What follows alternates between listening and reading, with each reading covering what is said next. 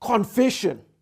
This is one of those sermons where I'm going to be preaching to myself as well. And I'm going to put it out there, I have struggled with fear. Getting Mr. Mac Learning up and running is the hardest thing I have ever done in my life. I made plenty of mistakes. I underestimated how long it would take. I got it totally wrong in terms of how much money would be required. Then I ran out of money with a newborn child to support. I learned through my mistakes about the complexity of hosting and streaming video, the difficulties of working with programmers to code a platform, the criticisms I bore and the mocking I incurred from people who questioned, why is it taking so long?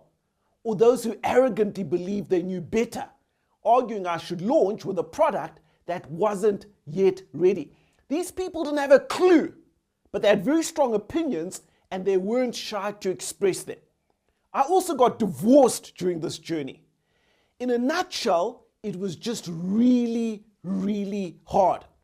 And in that time, my faith was severely tested. And I at times experienced bouts of deep, deep fear. I'm human. The only thing that kept me going was my faith. And it was a far from perfect faith. I felt very vulnerable. I felt exposed. But I held on against all odds. I took the next step. And that's why you're able to watch this lesson today. While actually battling through this faith-fear dilemma, there's a great teacher I learned from. His name is John Stanko. He argues that the opposite of faith isn't disbelief. The opposite of faith is actually fear. I was fearful of failing. Fearful that I may have wasted 5 years of my life. Fearful that I'd squandered my savings.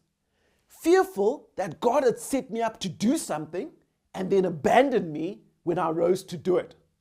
I had to confront my fear because fear manipulates you. All your problems become 20, 30, 100 times bigger than they are. You become paralyzed. You start doing things so you appear to be working, but these things aren't actually confronting the obstacles you face.